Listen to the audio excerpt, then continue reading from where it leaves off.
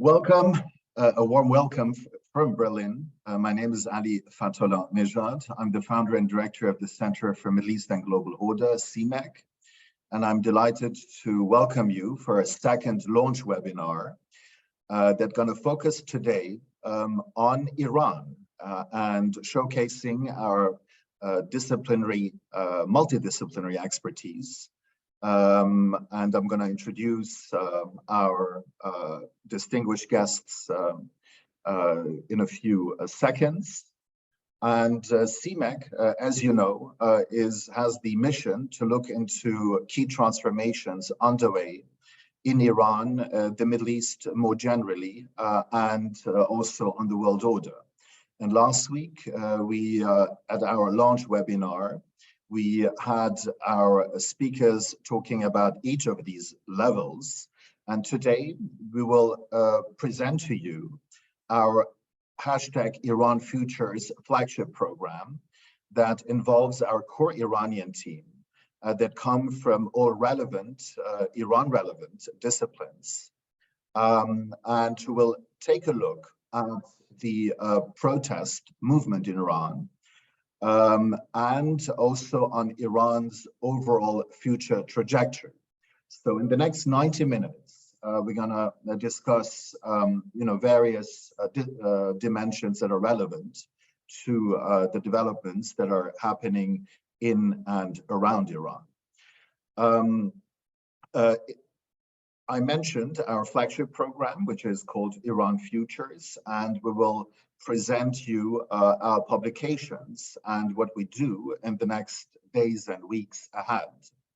But for now, I can announce that we're gonna offer a so-called Iran Revolution Monitor that's gonna be fed by the relevant disciplinary expertise of our core team, ranging from state-society relations to the economy, but also the important environmental challenges affecting Iran, and last but not least, the Iran nuclear issue and the future of the JCPOA.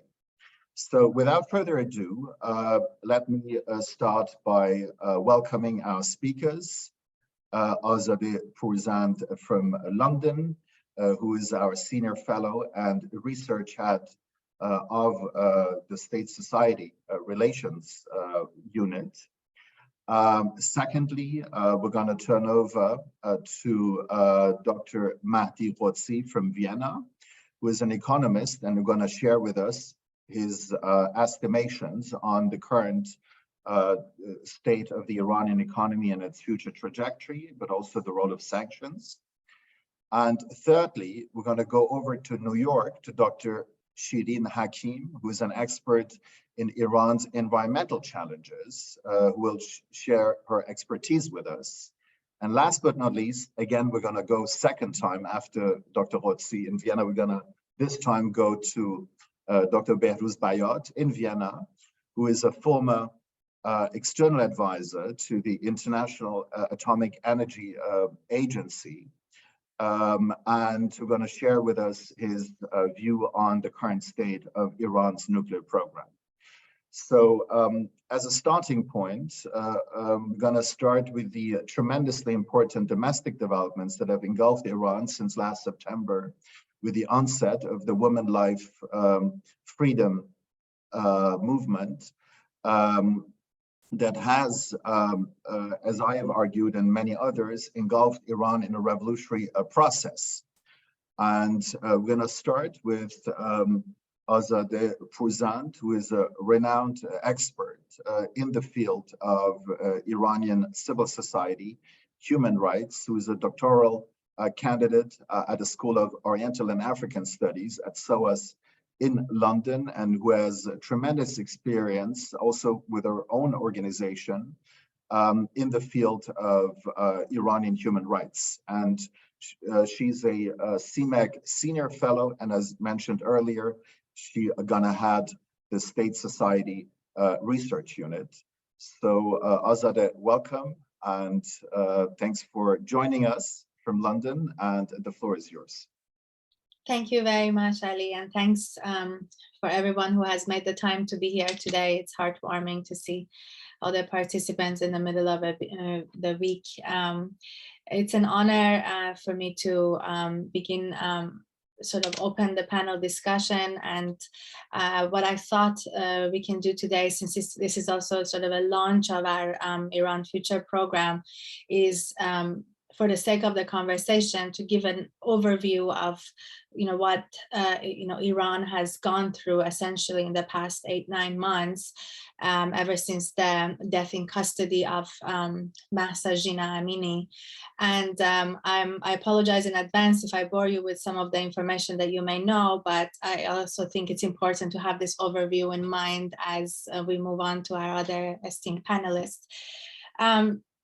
So as I think by now many in the world know, and as those of us who monitor Iran believe, Iran sort of entered a new stage of plight and struggle for democratic demands ever since September 16th, 2022, with the death in custody of Mahsa Jina Amini in the hands of the morality police, what we have in Iran, which is a morality police, which essentially is mandated to patrol the streets and public venues and other arenas in terms of ensuring things such as observing the compulsory Islamic veil, not adhering to is punishable by Iranian law. She was, as you know, she was stopped in a young Kurdish woman who was basically stopped on the metro in Tehran. She was visiting Tehran from the Kurdistan of Iran, and she seemed actually to be wearing the veil as she should, even by the discriminatory laws of the Iran, but she still was stopped, singled out, and within hours, her fate, ended up in the hospital, brain dead, and we lost her.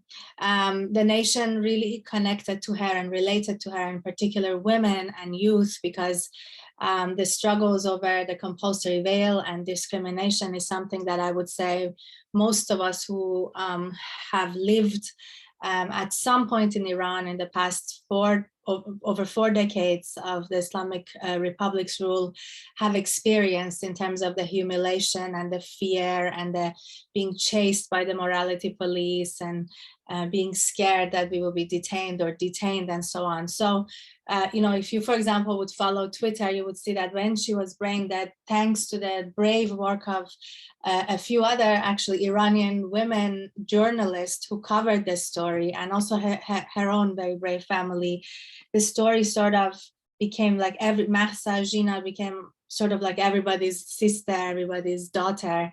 And by the time we lost her, the nation went into a sort of a crisis that, uprising that we now know as under the originally Kurdish slogan of Women, Life, Freedom, Jen Jian Azadi, which many of us think that has become a milestone of a before and after Iran. So many of us think that despite the fact that there has been years of continuity in terms of activism for women's rights, for equality, for justice, for in general human rights, still Jina's death and what happened around it, the uprisings across the country, was a climactic and an emblematic moment of all these sort of smaller grassroots scattered protest movements that we had been seeing over the years, sort of popping up and being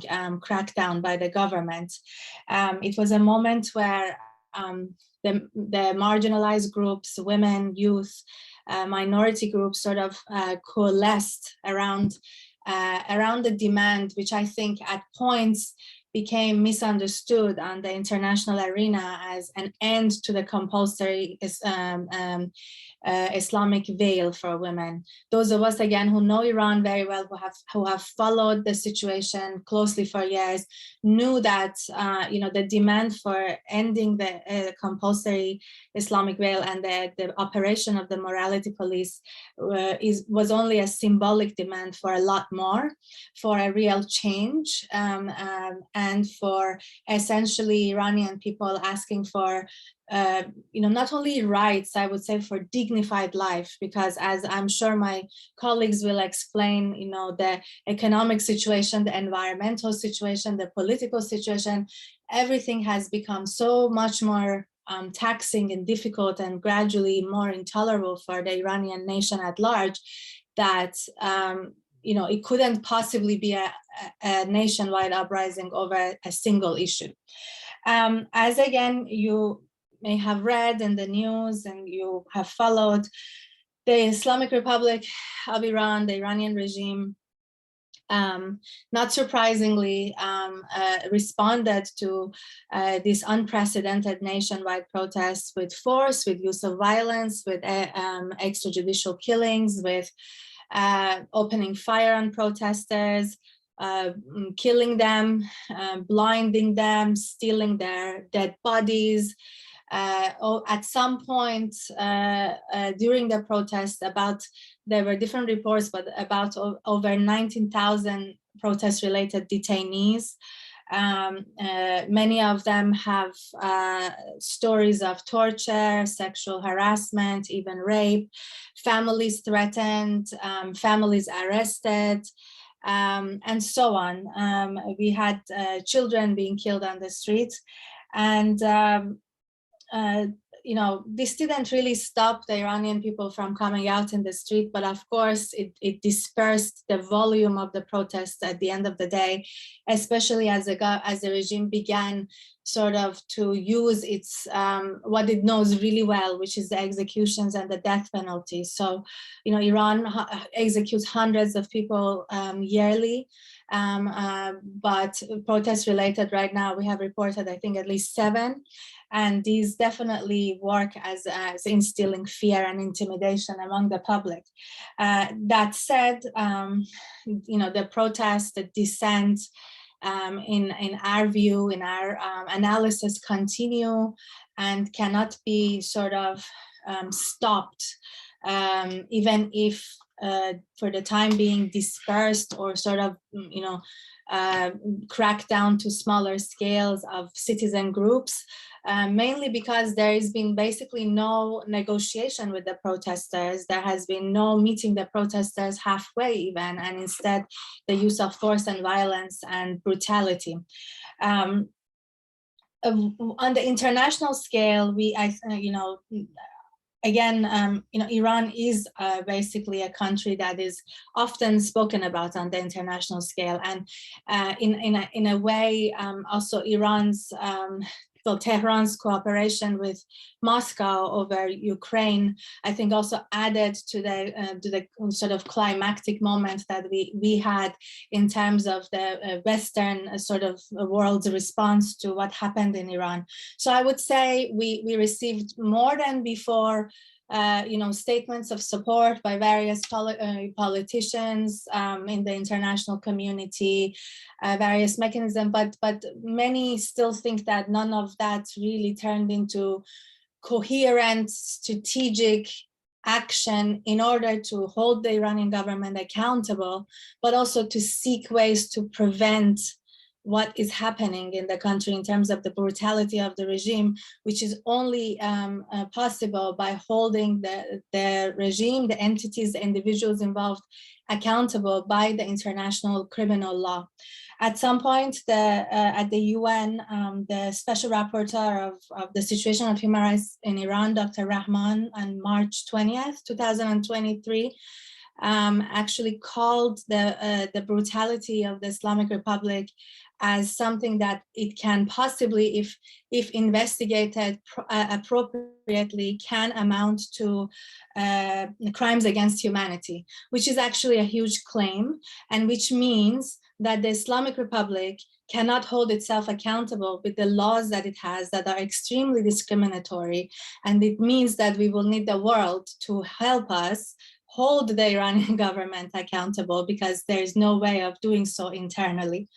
At the same time, the UN also voted for, at the Human Rights Council, they voted for an international fact-finding mission, which is essentially the first investigative mechanism that we've had on a multilateral international scale on Iran to look into the protest-related violations of human rights, specifically as they relate to women and children. All of this is great, but again, what is important is to understand that the Iranian people's demand for dignity, for justice, and for basic rights did not begin on September 16th, 2022, and has not ended. It began years before that. It only had a climactic, historic, unprecedented moment in September, and it will continue. And I hope that in our, state, in our research unit, we managed to bring to light some of the grassroots stories of Iranian people's resilience, dissent, demands, such as, for example, the mothers of the justice-seeking mothers, the mothers of many Iranian youth who have been killed in recent years, the stories and the plight of the many who were blinded during the protests, the teachers associations, the artists, celebrities, and so on, to the international stage, because we believe that if international policymakers close their eyes to what is happening, below the surface of what we hear in the international news, there will be serious miscalculations in terms of, the illusion that the Islamic Republic has managed to contain the protest in terms of the demand of the people, and that Iran will be a stable country and will contribute to some kind of a stability in the region. No, Iran cannot possibly remain stable or be stable with the way that it responds to the most basic citizen demands. I will stop here, and I hope that I can answer questions in the end. Thank you. Thank you so much, Azadeh, dear Azadeh, for this very wide-ranging overview about the state of affairs regarding state and society in Iran, the protests and the underlying grievances that are still there, despite the lower number of street protests, but there's still a lot of things that are going on. There are different civil society organizations that are joining hands and putting out statements. So yes, it seems we're in a period of relative calm, where a lot of also strategic thinking is taking place, and a lot of coordination between the civil society groups, but the underlying grievances, as you perfectly pointed out, regarding a wide range of topics, not least, of course, the immense gender gap and the gender apartheid in the country are probably are going to stay and will fuel probably future protests as well. And also, of course, your remarks on the role of the international community. We also included your interview, which I'm very much recommending, that Azadeh gave to CNN's Becky Anderson just this week, which you're going to find on our social media channels, but also here in the chat. Now, also very much connected to the future trajectory of the protest, but also this structural malaise affecting the country, is the state of the Iranian economy. And there's been a lot of debates, and we're more than honored to have the go-to guy, basically, of a lot of Persian language channels on the Iranian economy with us as a senior fellow and head of our research unit on economy and sustainable development. Dr. Mahdi Ghodsi joining us from Vienna. He's an Austrian-Iranian economist who works at the Vienna Institute for International Economic Studies, WIEW, and he also is an external lecturer at the Vienna University of Economics and Business at the WU since 2019. 19. He has 2 doctoral degrees in economics, so which is quite Iranian, I would say. So we're more than honored to have him with us and share his view and analysis on the state of the economy. We know that there is tremendously high inflation rates, now I believe even up to 70%. And there are a lot of people who say that this may fuel another uprising, potentially an uprising of the poor. So Mahdi, the floor is yours. Thank you very much, Ali. It's an honor to be part of the team and to be here presenting my opinion on Iran's economy. So actually, I prepared some slides because I feel better to show some numbers and figures. That's why it's better if I share my slides on the screen here, and then I will go through them. So in order to argue what we are dealing with right now in Iran's state of affairs, I have to mention that Iranian economy is a dark comedy, or let's say it's a tragedy, because after I finish my slides, you will understand that whatever the direction of the Iranian economy and its development is far away from what the leaders in the past and the leaders currently are saying and in their rhetorics.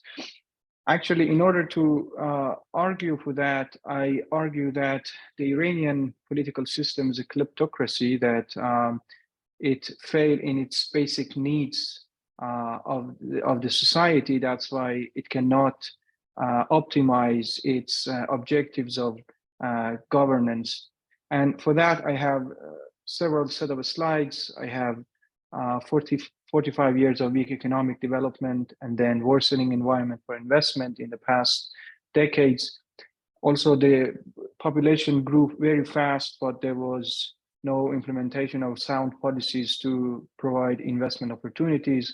Then it was a huge expansion of public economy, and then an endemic corruption that is intensifying this kleptocracy, which at the end, with the policies that the government made and imposed, there's a huge inflation, but yet the political system is in denial. So the most famous graph of mine that I always use in my presentations on Iran is that the level of development in Iran is much below its peak in 1976. So currently in 2021 and 2022, we have GDP per capita, or GNI per capita, that is about 60% of its peak in 1976. So that was a booming era at the time of Shah, because Iran was able to supply 20% of the OPEC oil production. Actually, Iran was producing about 6 million barrels per day, which was its historic high. And that was the peak of Iran's development, and that's why it would be easy for a clergy to announce that he would like to get the steer of such kind of country and economy that is developing in its welfare. But after that, the clergy, or even then, the clergy was arguing that Shah is not spending this money, this huge revenue on for the population.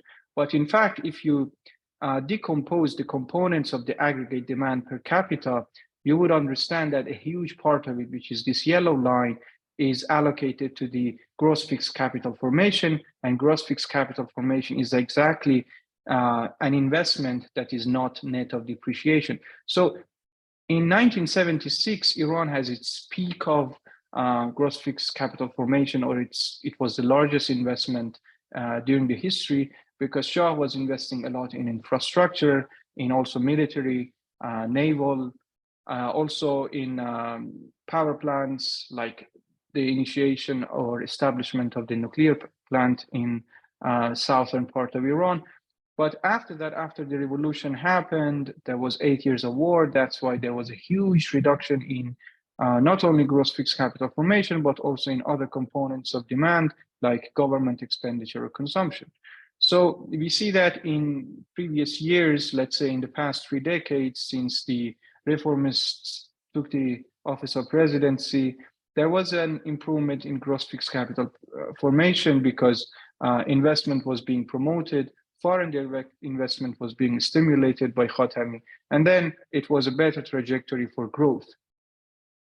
But as you would see that in 2011, because of the policies of the Ahmadinejad government, because he was having a hawkish policy against the West and also initiating nuclear activities, new sanctions by the international community were imposed. And since then, we are seeing a downward trend for both gross fixed capital formation and also consumption of the people per capita.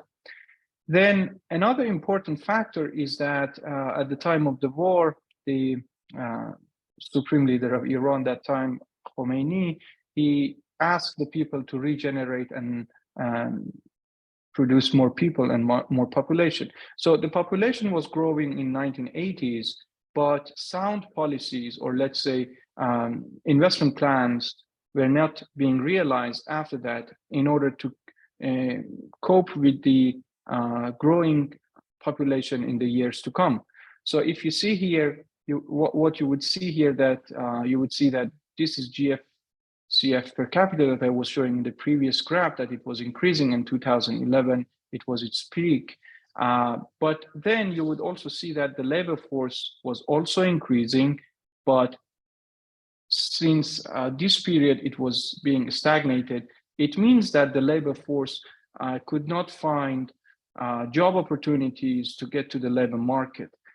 If you calculate how many people are working in the Iranian economy, you would understand that about 75% of the population is jobless. This is the blue dotted line. So a huge portion of the population is jobless, or at least let's say about 27% of the population is formally employed. It means that the rest of these 75%, they are either jobless or pensioners or working in the informal sector. So a huge part of the population is not working in Iran. And if you want to consider how the difference and the gap between female and male in the labor market condition, you would see that these are the lines for the female and these are the lines for male. So about less than 15% of women are employed in the formal economy of Iranian economy. If you want to compare it, for instance, the same figures for employment of female population, you would see a huge gap between Iran and Turkey and an advanced economy like Austria, which is about 50%. So in Austria, about 52-3% of women are employed, while in Iran, it's only about 12% of women. So you already see a discrimination against women, against female, which could be rooted in not only societal issues, but also the government policies that do not promote working for women. Then another important aspect of Iranian economy that makes it a kleptocracy is the expansion of its public economy. So here on these graphs, maybe you could see the blue lines, you would see the total national budget, which includes the government budget. So this is the government expenditure, the black line, and the blue line is the total national budget, which does include not only the government budget, but also the distance between these two lines, which is the budget of the public businesses, public companies, public banks. By public, I mean government-owned entities. So about 80% of the whole economy is owned by the public and the government. There is about 10 to 20% more, which is owned by the semi-public companies that are directly or indirectly owned by the supreme leader and directed by the supreme leader, like foundations, which are called bunyads or setats. So you see, this economy has become very public. It's only about 10 to 15% that is private economy. So it means that over years, the investment in the public economy and the embezzlements in the public economy and the somehow failed privatization led to the expansion of the public economy. Private businesses have become bankrupt in the past years because of sanctions and because of a turmoil in the economy. So that's why the public economy holds much of the Iranian economy. And because of that, exactly because the public economy is very large, the managers and the chiefs of many of the public entities, banks, and semi-public companies are managed by the loyalists to the regime, the loyalists to the government. And as you would see here on these graphs, I'm comparing the control of corruption among several countries in the region. You see that Iran was in the middle of the ranking. So if you consider there are about 214 countries in this ranking, and if you normalize it between 0 and 100, Iran was standing in the middle of this ranking in 2002. But then gradually corruption emerged. And if you compare it with the previous graph, you would understand that this is the time that also the public economy was expanding. So if you compare it with other countries in the region, you see that, for instance, the United Arab Emirates is standing in a very good position in terms of control of corruption. So within such a kind of political system that is facing a huge systemic corruption, the government is not able to implement sound policies. Even the policies that the government imposes lead to sanctions that are imposed by Western society and Western governments. So because of the sanctions, sometimes the government cannot support its budget. Because it cannot support its budget, it either borrows from the banking system, or it chooses other kinds of options that all lead to the expansion of the monetary base, which leads at the end to the higher inflation. So this graph is showing us the inflation, which is the year-on-year growth in consumer price index, which ends in 2022. But in recent months, the inflation erupted to about 70%, as Ali also mentioned. Because of the large inflation in the past decades, and because the earnings and income of the most of the population, most of the working population, which I told you is only about 27% of the population, their real income is reduced tremendously. Because of a decrease in real income, so of course they were in the middle of here, Ahmadinejad introduced here the policy of cash handouts so that to reduce the poverty. But you see the inflation was so huge that reduced and shrunk the cash handouts. So because of these issues, the poverty rate in Iran increased. So I show you here a graph that from 2011 to 2019, the poverty rate increased from about 22% to 33%. So up to here is coming from official statistics from the Ministry of from one of the ministries in Iran. But because of inflation and because of increase in the jobless portion of the society, one could estimate that the poverty is about 40 to 50%. And if you check the statistics, the per capita calorie use is even showing us and indicating that the poverty rate is about 60% based on per calorie use. So if you consider all of these things together, you would understand that whatever the founder of the Islamic Republic was promising in the early days of the establishment of the Islamic Republic, it was to eradicate inequalities and eradicate poverty with the help of the oil revenues. And it was mainly because they were observing that Shah was able to sell oil. But exactly after that, the policies of the Islamic Republic changed dramatically because there was no use of expertise in the Islamic Republic, exactly because the clergy did not want science, or let's say the expertise of scientific human sciences or social sciences or even economics. They didn't like them to be used in their policies. Because of such policies, now poverty is not eradicated, but also we observe that because of these poverties, because of these inequalities in the society, there's an ample pressure on the society to go and erupt and go to the streets. So since a few years ago, we observed that some parts of these revolutionary process that also Ali indicated in many different occasions, some parts of it is linked with this exact note that the poverty in Iran is increased and the society does not want to sustain such kind of system. So this system is only arguing for its survival. The reason behind that is the resisting economy, and the resisting economy is not aiming at developments, as I showed you in some graphs and statistics. The main ideology behind this kind of resisting economy is to survive. And by survival, we mean the survival of the political system.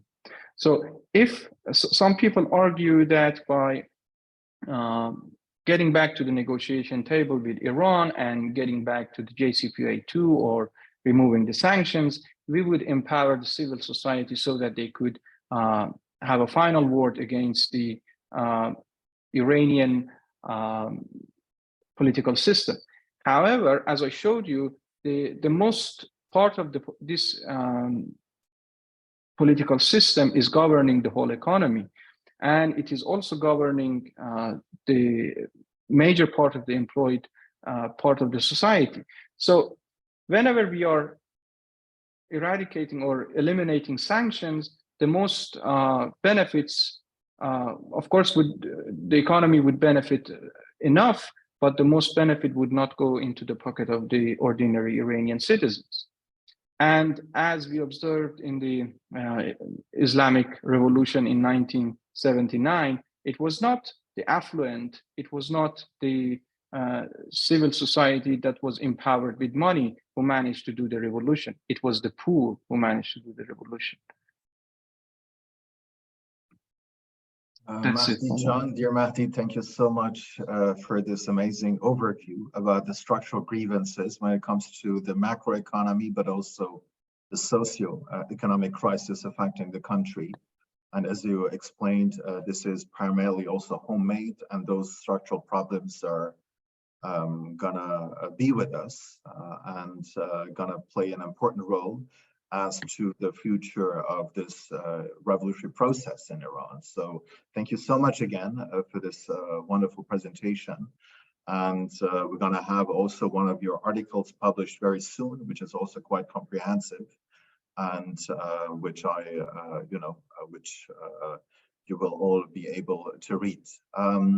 Now, I'm more than pleased to introduce Dr. Shirin Hakim, joining us from New York.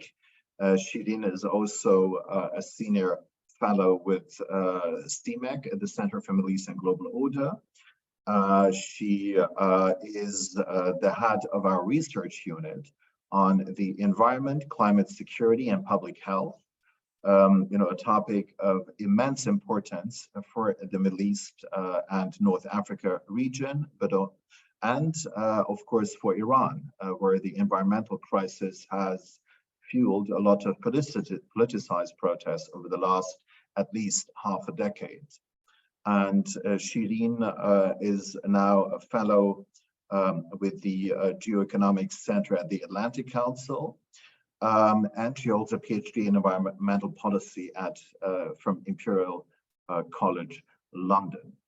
So Shirin, thank you for being with us, and now the floor is yours. Thank you, Ali, for the great introduction. I'm honored to be here in the presence of my colleagues at the Iran Futures Program and this wonderful audience. In today's discussion, I will focus on recent developments in Iran pertaining to environmental issues and expand on a consideration of 4 environmental issues that have the potential to create pressures for the viability of the Islamic Republic.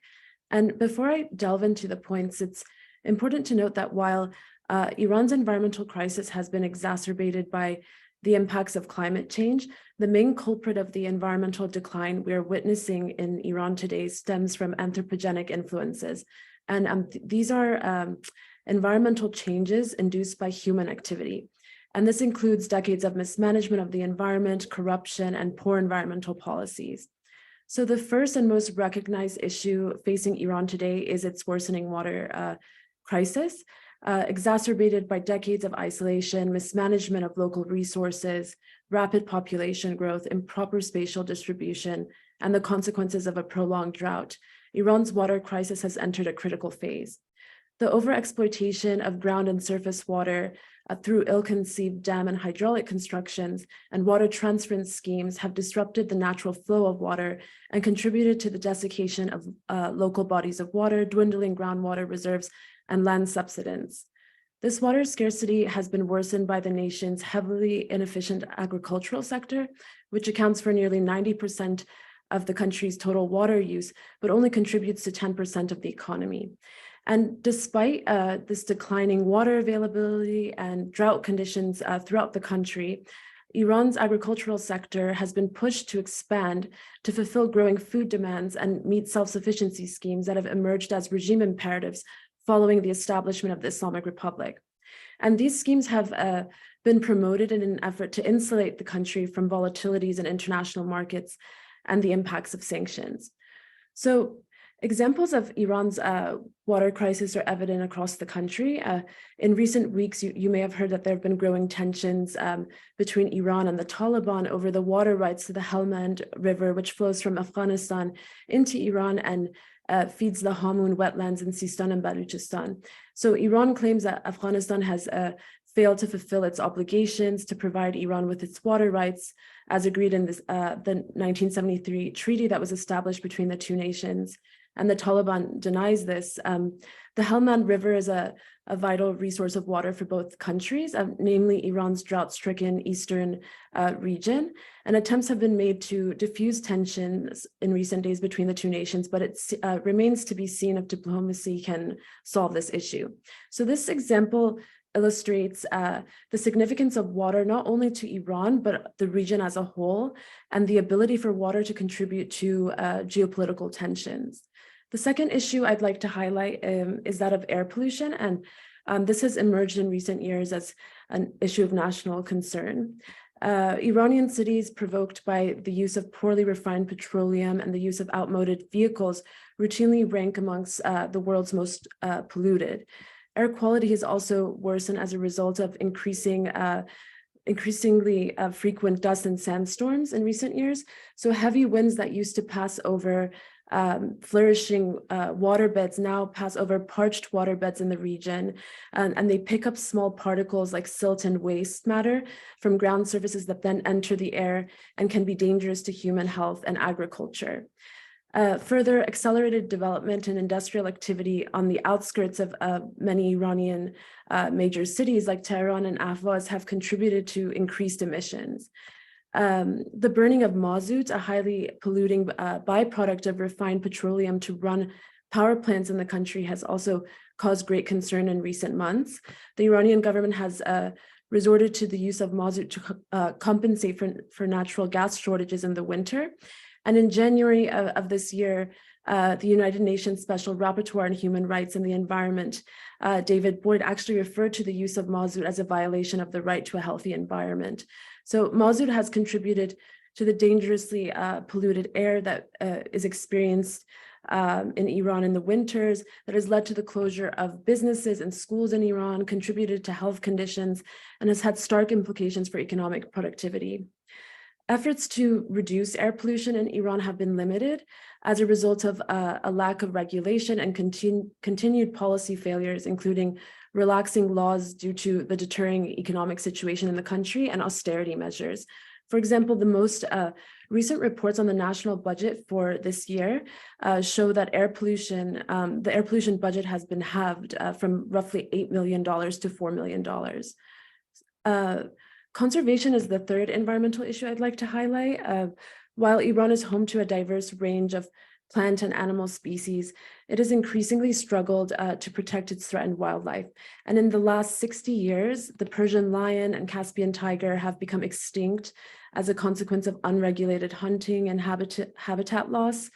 At present, Iran's most endangered species is its Asiatic cheetah, and it's on the International Union for Conservation of Nature's list of critically endangered animals.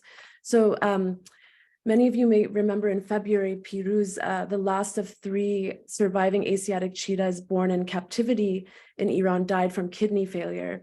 And Behrooz had emerged as an emblem of hope for the Iranian people, and his death showcased the significance of environmental connections to the women life freedom movement. Behrooz' passing ignited a national outcry and fueled increased resentment towards authorities for environmental mismanagement.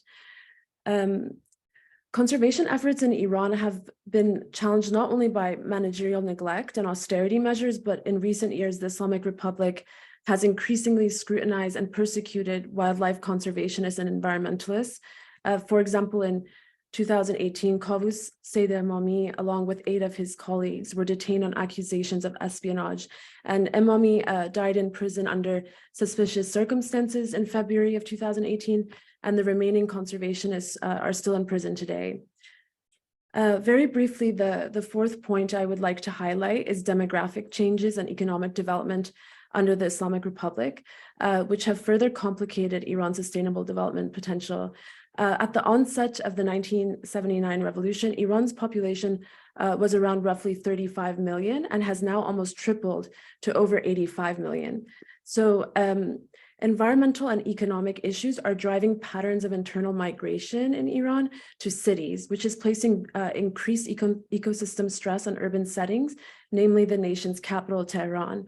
And currently, more than 70% of Iran's population resides in cities. So population growth has strained the country's already troubled labor market, as Mahdi mentioned, exploited water resources, and contributed to excessive energy use.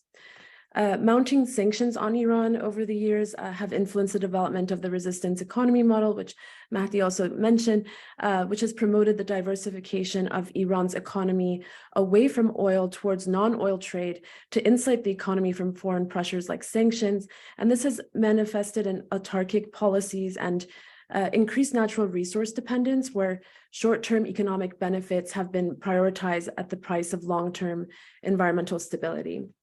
Additionally, Iranian leaders remain largely reluctant to accept climate change science, or frequently attribute Iran's environmental decline to the impacts of sanctions or external forces. And while sanctions have created impediments to Iran's ability to sustainably develop in regards to technology exchange and in financing projects, the Islamic Republic's long record of environmental mismanagement, corruption, human rights violations are the primary drivers behind Iran's poor performance in sustainable development.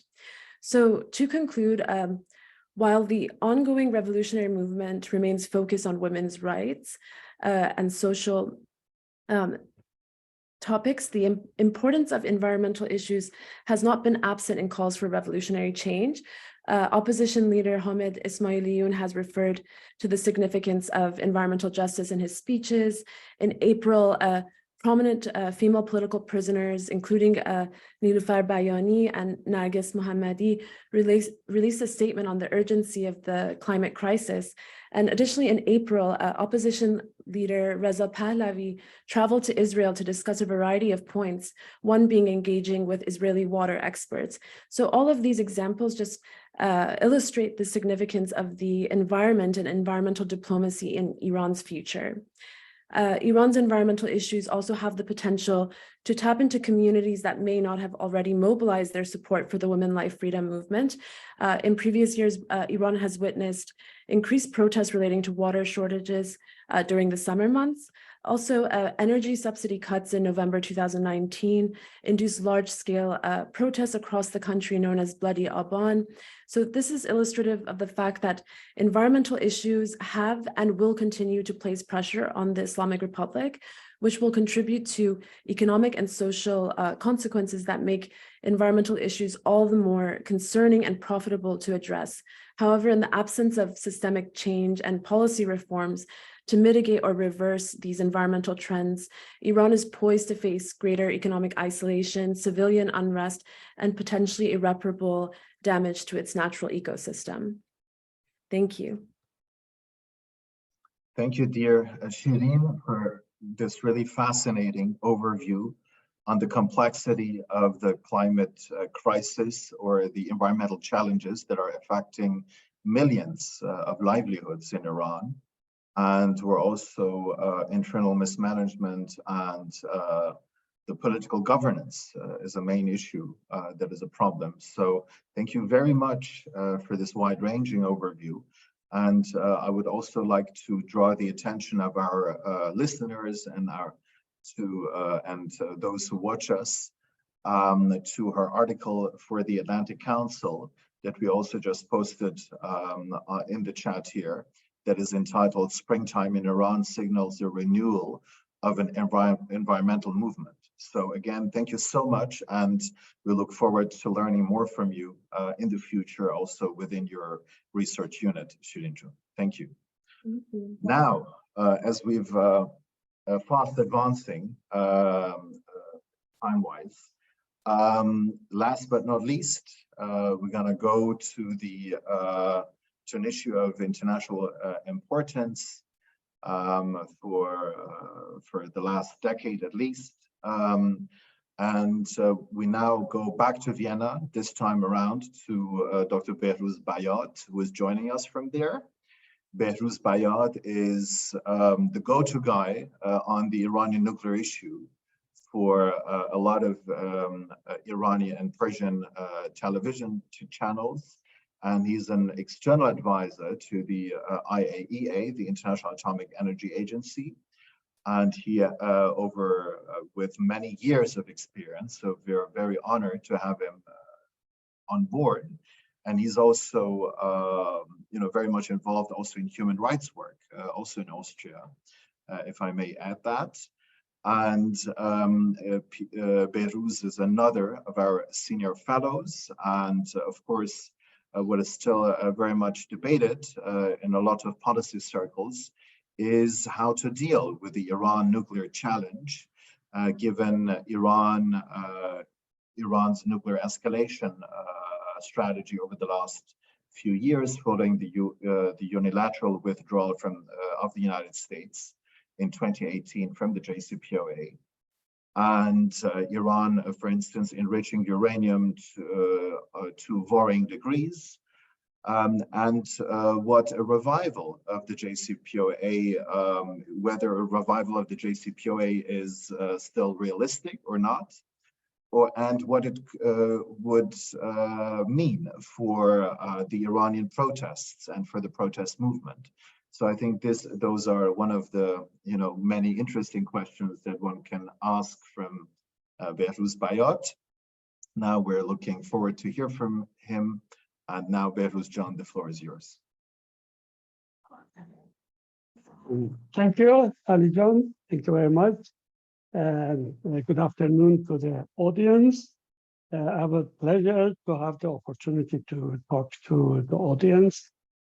So, is a wide field, the case of the nuclear program of Iran. Let me start very short, very briefly from the beginning. The nuclear program of Iran was born in the middle of 70s, last century. And from the beginning, it was a failed birth, actually. I mean, the motivation of the old regime was prestige and maybe some idea about how to use it militarily in the future. But it could never be beneficial. But to give you an impression, for example, in that time, the middle of 70s, the oil income of Iran was at maximum $25 billion.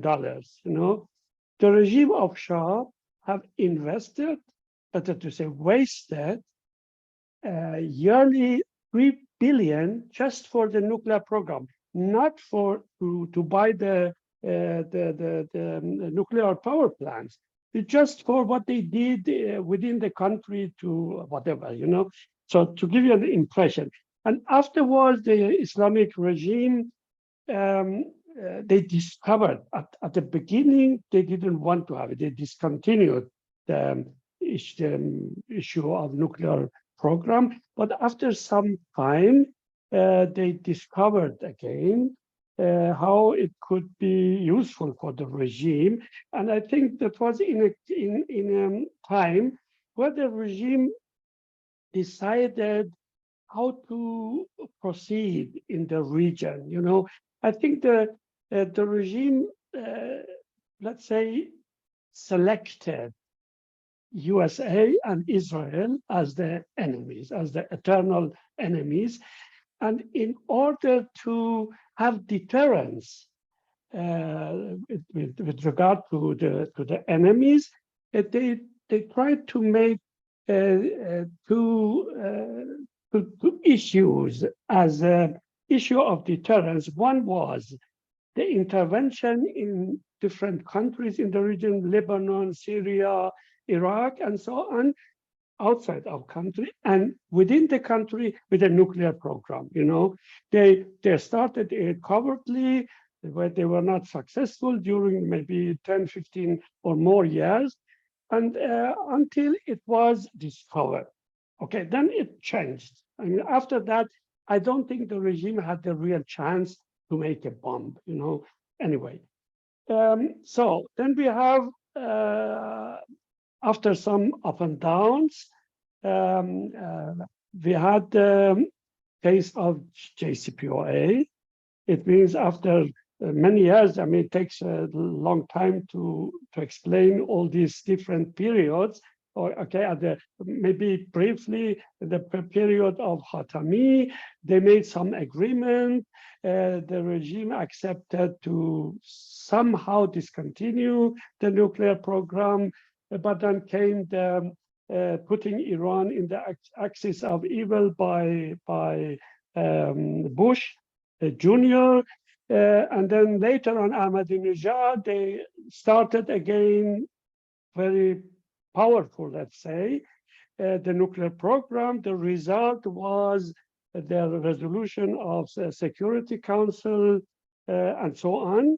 So, and then the West started with sanctions, you know, with sanctions, and the sanctions during the Obama time was were increased to a very high level, economic sanctions and all these things. And then it culminated in the agreement. At the end, the regime was obliged to give in somehow, to give in, and they made the JCPOA. But let's say the government of Rouhani wanted that JCPOA, which was done in Vienna, should be the first step for a second JCPOA, as he named it, and the third JCPOA. But the supreme leader, Khamenei, has stopped it immediately. He thought there is no second and third, because maybe the Rouhani wanted via JCPOA open somehow the way for economic cooperation with the West. Probably he wanted that.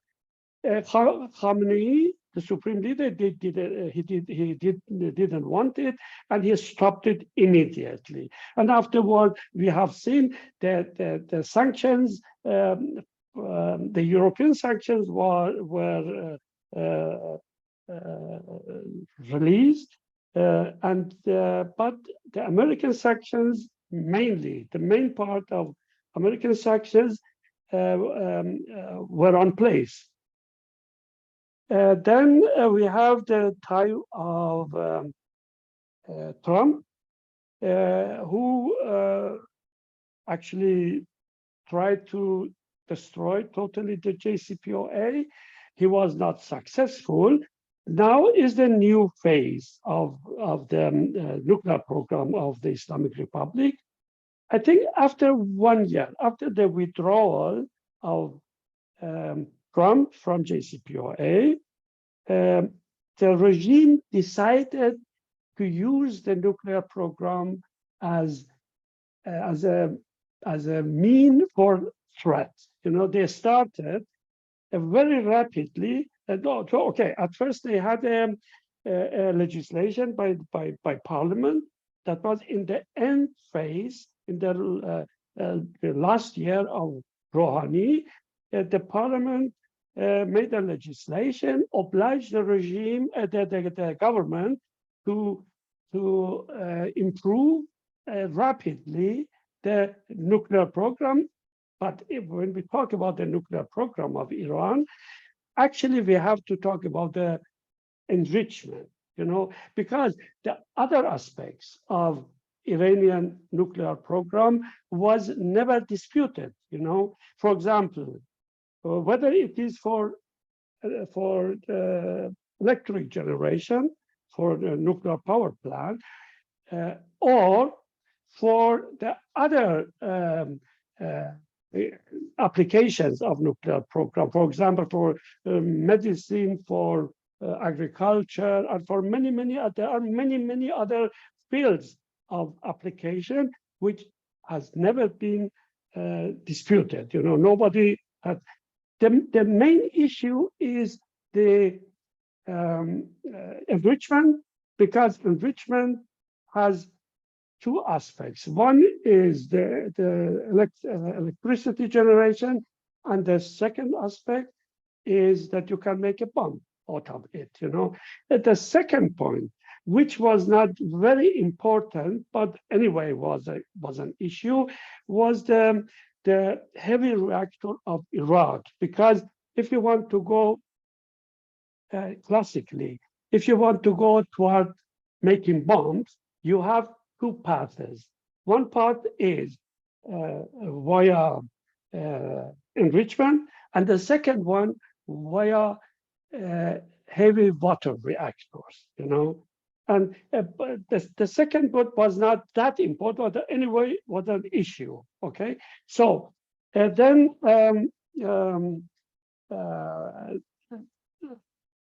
as I come back to the point which I had.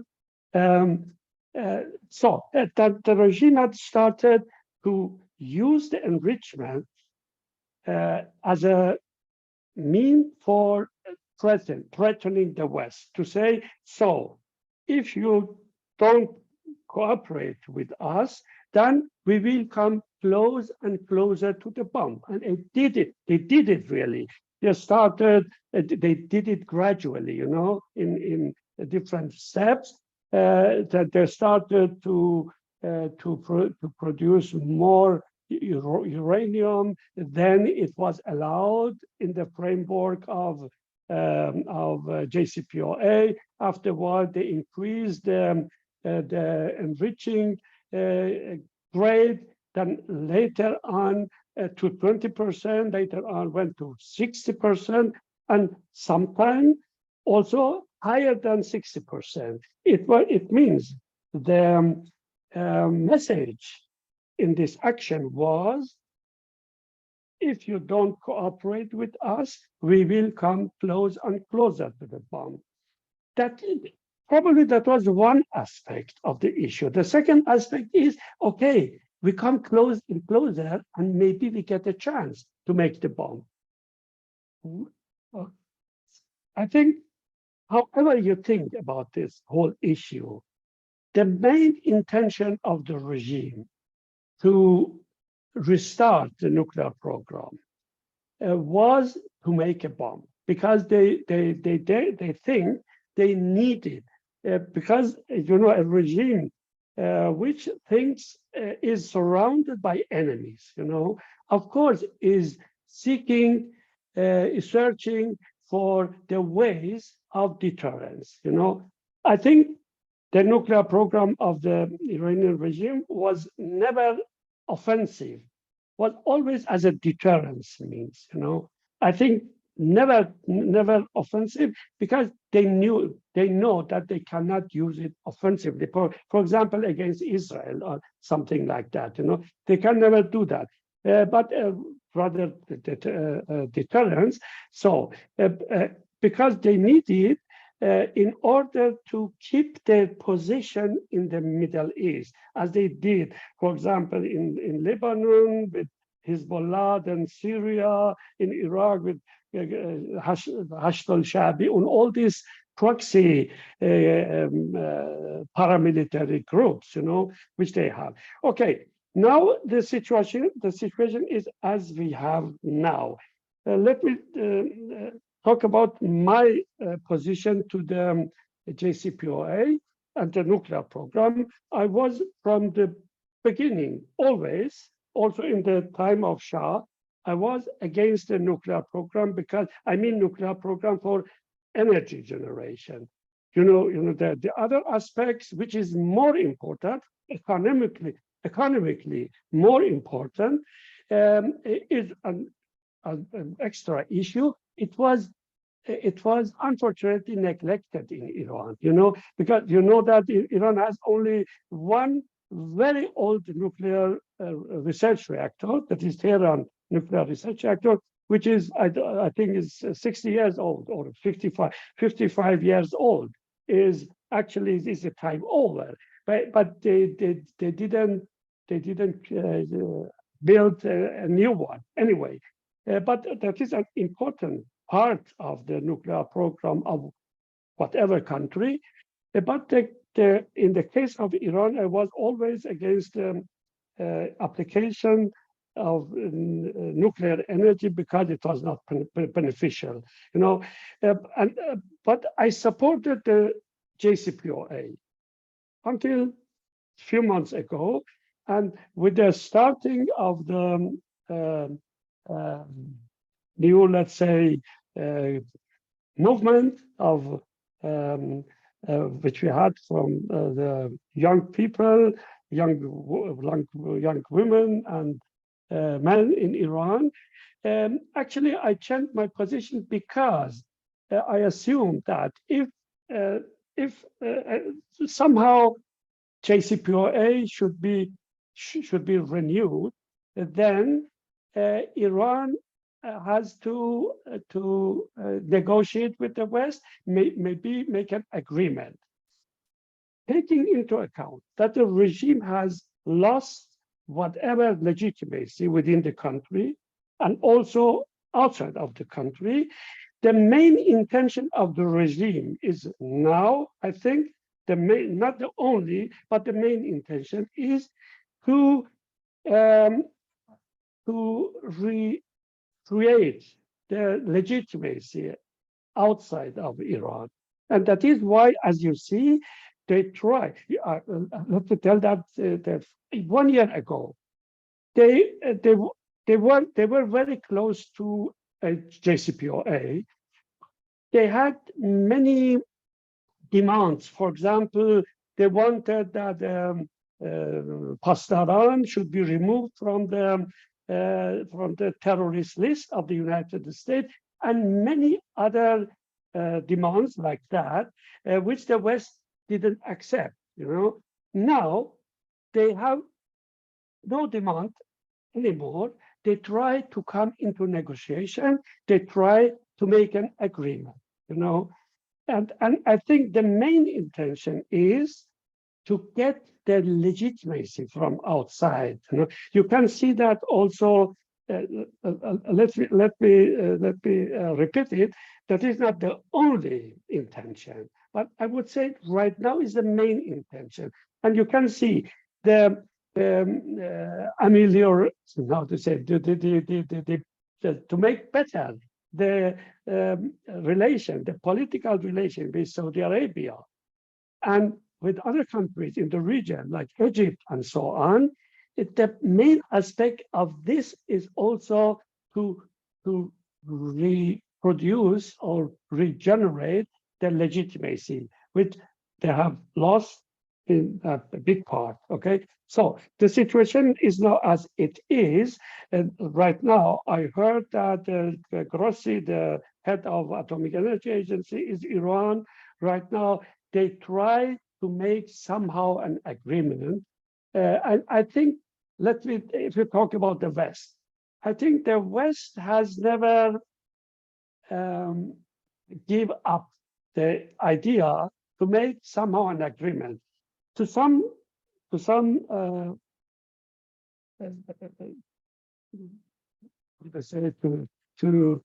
extent, it is also understandable because they are afraid that if the regime proceed in this way so quickly towards making the bomb, then they will have a problem. Maybe they can stop the regime via a war, but they don't want. They don't want at all right now. Maybe sometime they are obliged, but they don't want it, you know. So that is why the regime has never given up the issue of making somehow a JCPOA. The new JCPOA will not be the old one because many things have changed, you know. So I think I stop here. We can, if it's necessary, we can talk about it a bit more in detail, but looks that the regime in Iran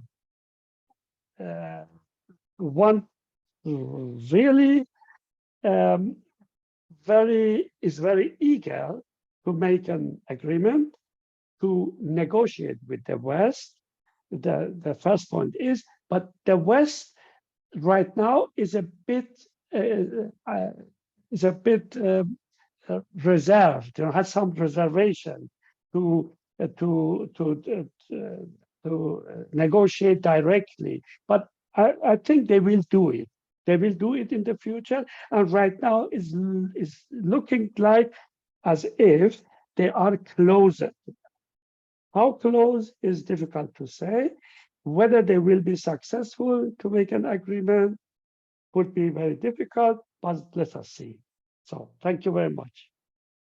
Thank you, dear Behrooz, for this amazing overview going back from the Shah era, but bring us to those crucial questions that a lot of people are grappling with today. So thank you very much for this amazing overview, and my apologies to all the watchers that my initial take of 5 to 10 minutes has not been accepted, but I'm glad they did not accept it because we actually were able to give my view, quite a comprehensive overview that is very much important for all kinds of be it academic or policy relevant discussions.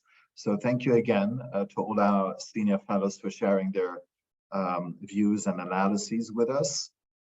Since I think we have maximum 20 minutes left, and I promised the watchers also to send in their questions. If you agree, I'm gonna read them to you, and to our speakers, please choose whatever question you want to address.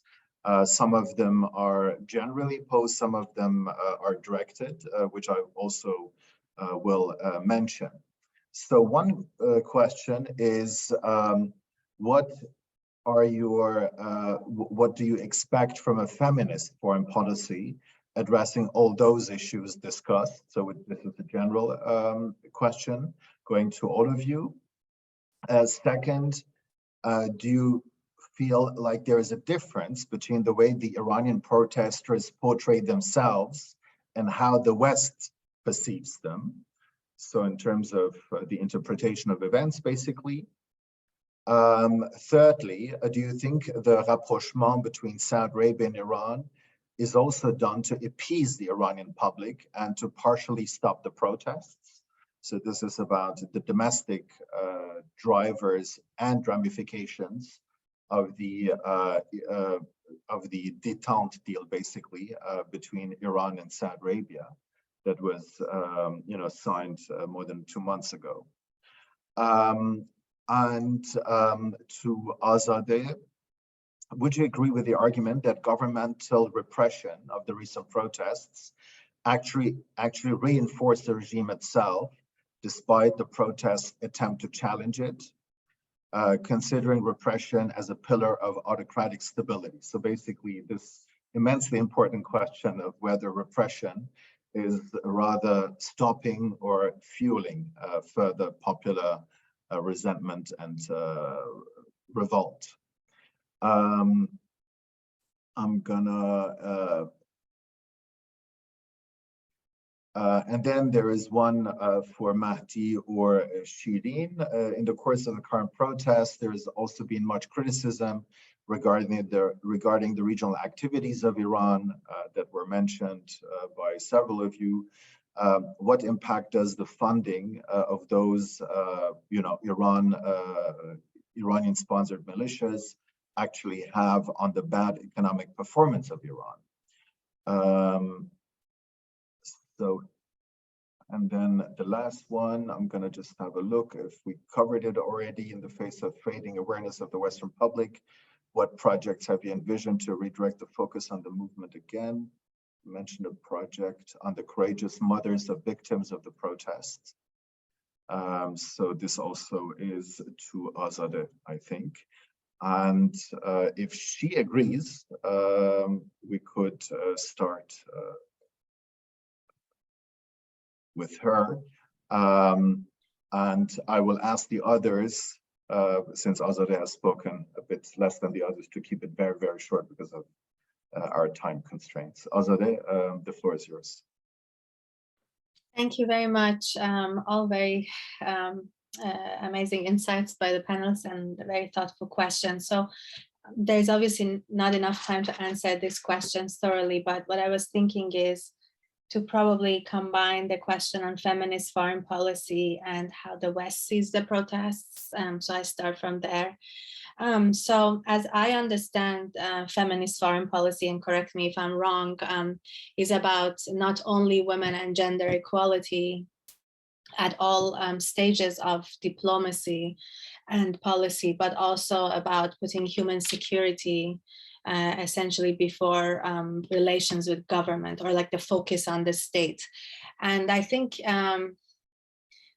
in my opinion, the woman life freedom movement is essentially the essence of this feminist foreign policy. I mean, you look at, women, we've been talking about all the discriminations as much as we could in this short period of time that women have endured during the years, but also the resilience that they have shown in Iran. Life, I think, pretty much Mahdi and Shirin's, insights is what is the embodiment of life, and it's basically the lack of it in Iran, and as well as the human rights violations. And freedom is basically, in my opinion, goes to essentially the question of dignity. And in my opinion, the Iranian people actually have, I don't know if they are conscious of it, but they have understood this. They have understood that without the advancement of women, without putting women at the center of women, when I say women here, is not only because we're talking about equality, but it's because they have taken the biggest hit, I would argue, over the past 4+ decades, while the Islamic Revolution would not have succeeded without their mass participation, essentially. So they were, in a way, an agent of change, as much as men were, if not more, in 1979, and yet they became essentially the mass victims of the change that they helped to bring forward, and the resilience that they have shown over the years. So I think the Iranian nation's collective conscious understands that without women being at the center of this resilience, this plight for freedom, for life, nobody will be free in Iran. and women here being also at the center of human security.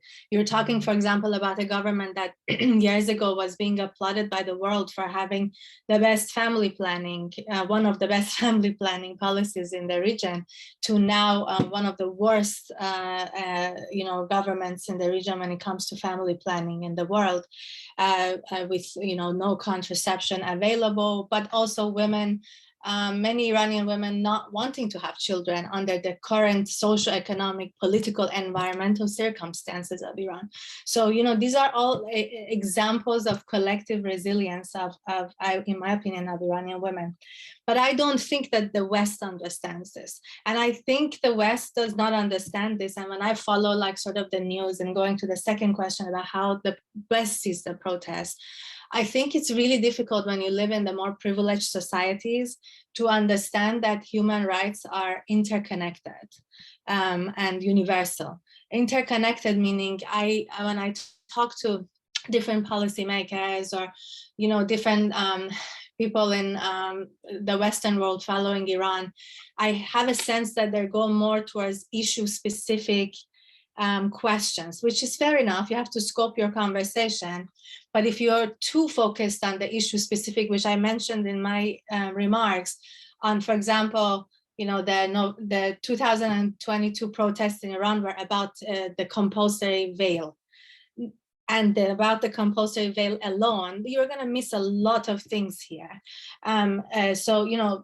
This is, for example, one instance. But also, I think when you live in a democratic country, it's very difficult to understand the inherent connection between socio-economic rights and civil and political rights. And I think the West fails to see that these are extremely interconnected everywhere. But when you actually are deprived of both sets of these rights, then it really affects and impacts your entire life. So then obviously your demands from your government is about this life, right? If you are a pensioner who didn't receive salary for 5 months, you come to the street, you get arrested, then your family starts to demand for your justice, then they put your family in jail as well, and they torture you. This is like both sets of rights within 1 week violated. And I think this is where the West gets, at least the Iranian context in terms of uprisings, wrong, in my opinion. In terms of the question on autocratic stability, yes, I mean, obviously, we know that, in context where it's basically autocracy, the stability comes because of the instillment of fear and basically no whatsoever opening to be able to express any kind of dissatisfaction or grievances. But I think here what is important is, I would say, 2 things. The Islamic Republic of Iran is a result of a revolution. And I think this is very important. This revolution, I think, if I'm not mistaken, is considered one, if not the only, largest revolution of the Middle East in the 20th century. The Islamic Republic knows very well it owes its existence, its very existence, to the mass uprisings of the Iranian people in the previous century. And I think it's no coincidence that the way, the convoluted, complex way that this regime has set itself up is actually based on some kind of a pseudo electoral process. And with that, I would say the second point is it always, when you are at the UN, for example, it always tries to position itself as a government with legitimacy among the people. This is a government, as I think, as Mahdi mentioned, came to power claiming that it's going to end discriminations. It was a populist kind of an approach, but as a result of a mass uprising. So I don't think, unless the entire sort of shape of this regime changes and they say, we're not going to have even this, kind of ineffective sort of a parliament that we have, we're not going to have these elections. We'll see when Khamenei dies what happens. But I think it will have to become a regime that will not claim any kind of legitimacy like right now it does. So I think while your point is valid and we can discuss this for hours, and there's merit to it. In the Iranian case, history here plays an important role in terms of the identity of the Islamic Republic. And the question on how to sort of maintain or bring back the movement on the international scale, I do think that, like I said, the grassroots, the narratives of the grassroots and the resilience are sort of lost in translation, and I think that's natural because of probably language, lack of freedom of information, and so on. And so personally, I am interested in such narratives, like I said, for example, the justice-seeking mothers, or the young women who were and men who were blinded, and now they have sort of organically formed their own groups of activism, artists, and so on, in a way that is translatable for the Western and the international audience, and sort of to encourage them to understand, again, history here. Like I said, it's very important to not only talk about today's Iran, the future of Iran, but to really understand that a lot of what we are talking today has its roots in history. For example, the Iranian women in 1979, only weeks after the victory of the Islamic Revolution, were the first group of Iranian citizens known that came in masses to the streets, opposing to the fatwa of Khomeini about compulsory veil. And it was a very diverse group of women.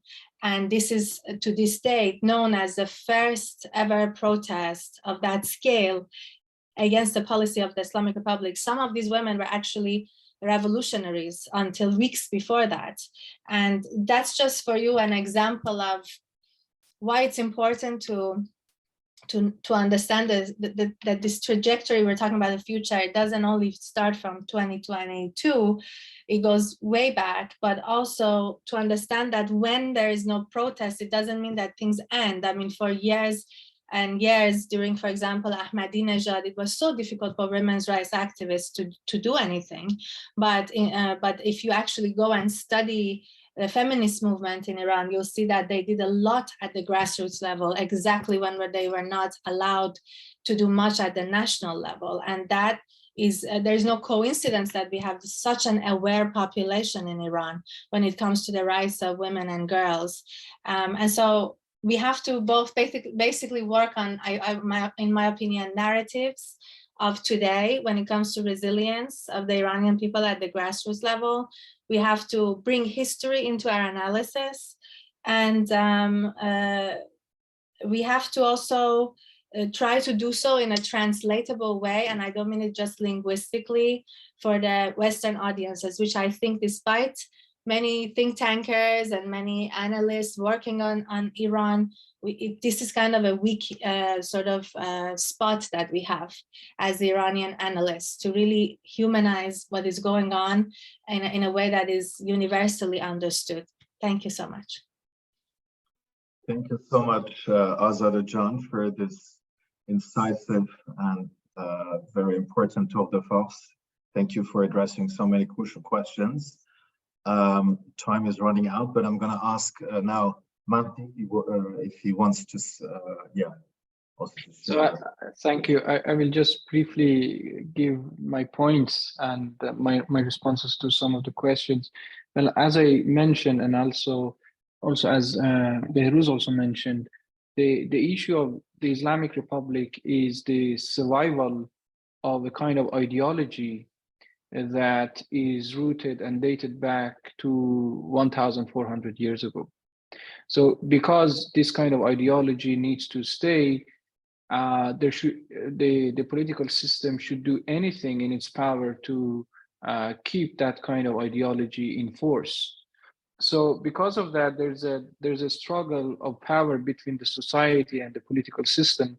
The society desires more freedom, more liberty, more modern needs in terms of digitalization, in terms of freedom for women, in terms of equality, because the society already observes what exists in the West, what exists in other countries, or even in authoritarian countries like China or Russia, they observe how liberal societies are living.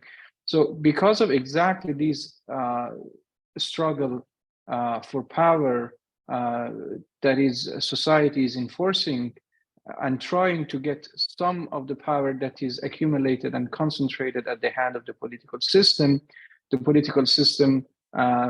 goes into the repression. So I don't see that the repression stops the movement. The movement continues until we see maybe in the near future or even late future that there is a balance power between the society and the political system, and that will be a democratic society that can elect the government.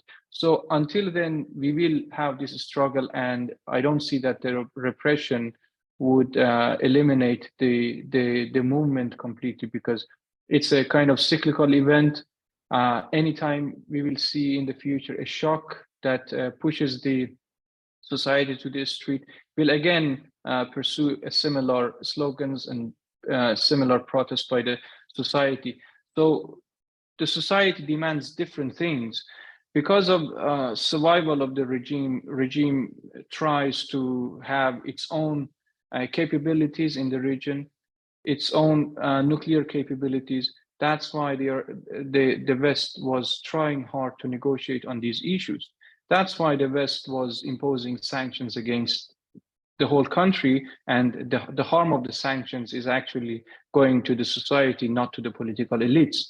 So the form of the rapprochement with Saudi Arabia, how it is done, I think it's the effect of sanctions. People say that sanctions are ineffective, but actually this is the sole result of the sanctions that were pushing this political system to negotiate on the regional issues.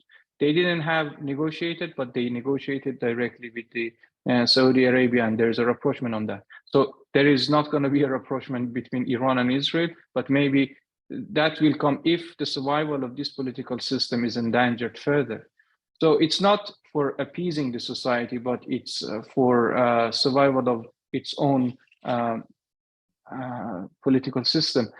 And there was one point that I would like to also comment on that. Roman asked actually Azadeh, but the humanitarian violations, the humanitarian issues in Iran and also in the past 1 year was huge.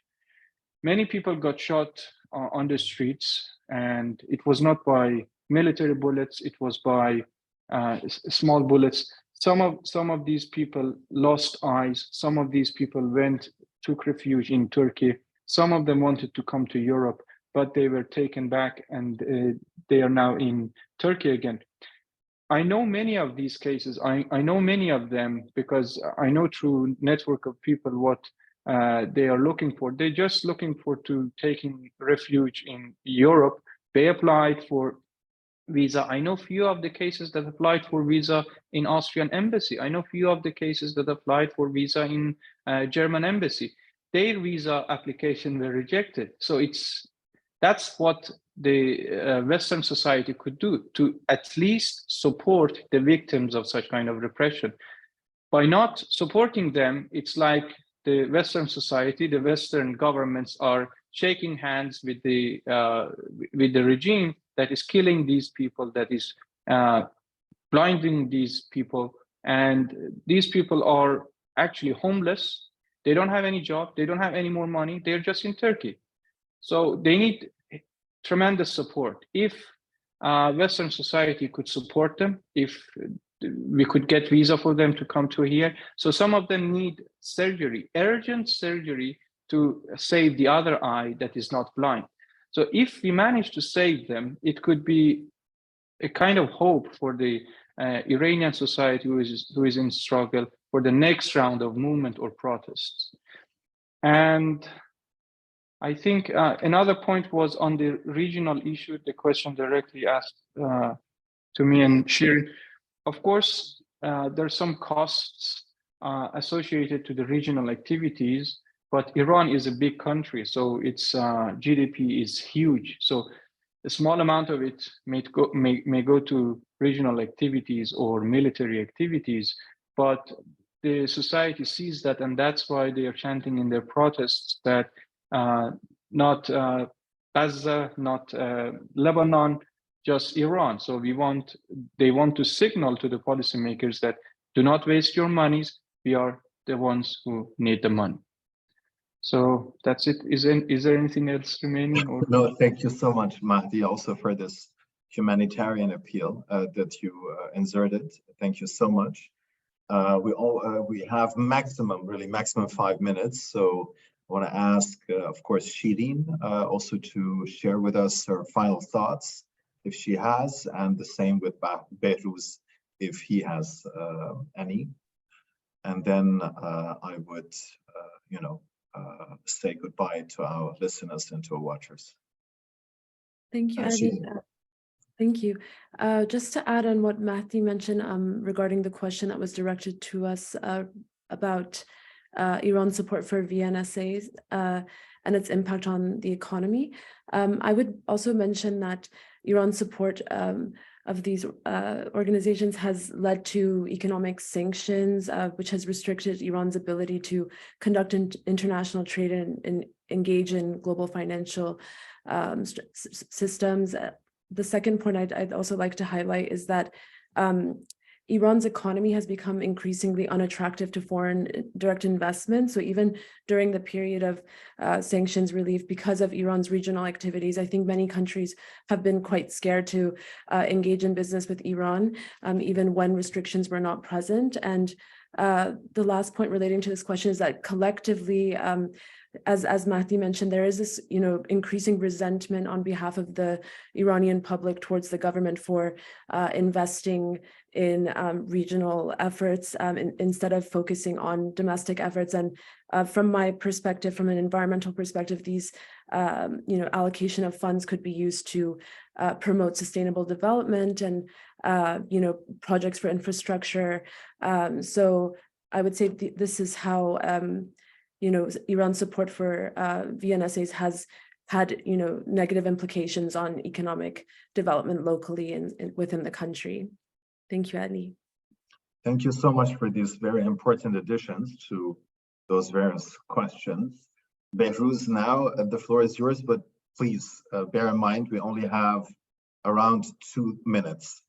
Yeah, very quickly. First, the nuclear issue, the nuclear dispute, is interconnected really tightly with the regional policy of the Islamic Republic of Iran, first of all. And I think as long as the Islamic Republic exists, it cannot be entirely solved. I'm sure you can postpone it, but not really solve the problem. Secondly, the Islamic Republic, I would say, has moved more and more outside of the, let's say, civilization spectra in the world. We have many dictatorships in the world, but in case of Islamic Republic, I don't use any more oppressive or I don't know, whatever, all these bad things, what the dictatorship do. It's a savage regime, really. Is a wild regime. And so I don't know how it will survive. As we see, the regime is in comprehensive crisis, really, in all fields, in the field of economy, of culture, of corruption, of whatever you say, is a semi-totalitarian regime. Yeah, and I don't think the regime will survive for a long period of time. Maybe it can surmount the actual problem, but the regime doesn't have the capability, intellectual capability, or government capability, all these things, to surmount the problem which they have. The question is when it happens. I think we can surely say that the regime will not survive. But what will be coming, we don't know.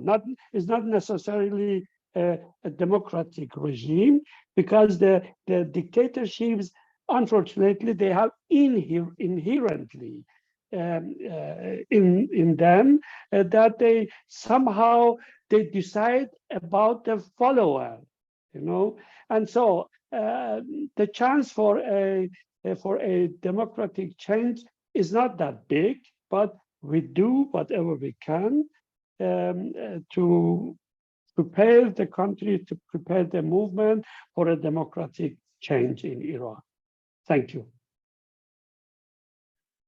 Thank you to all of you for sharing your immense expertise with us. I think despite the shortness of time today, we've been able to cover a lot of very complex issues that are not only affecting Iran, but the entire Middle East, Western foreign policy, also on the top agenda of international security issues. So I'm more than grateful that our senior fellows could share their insights with us today and showcase our wide-ranging expertise on all things relevant to Iran. On the economy, thank you to Mahdi Ghodsi. On the tremendously important environmental challenges, thank you to Shirin Hakim. To Azadeh Pourzand, thank you for her insights on the state of state-society relations in the Islamic Republic, and to Behrooz Bayat on his analysis of the Iran nuclear issue. And I'm sure that all of them have raised other important issues that we could not cover in detail in this webinar. So I will welcome you to join our newsletter, which you can subscribe to on our website, cmeg.org, which is cmeg.org. And we're gonna present you with our senior fellows expertise down the road on our various social media channels, on Instagram, on Twitter, on LinkedIn. So please do join us there. Also on our YouTube channel, where this webinar video gonna be uploaded, I believe even in the next few hours, where you can watch it and share it.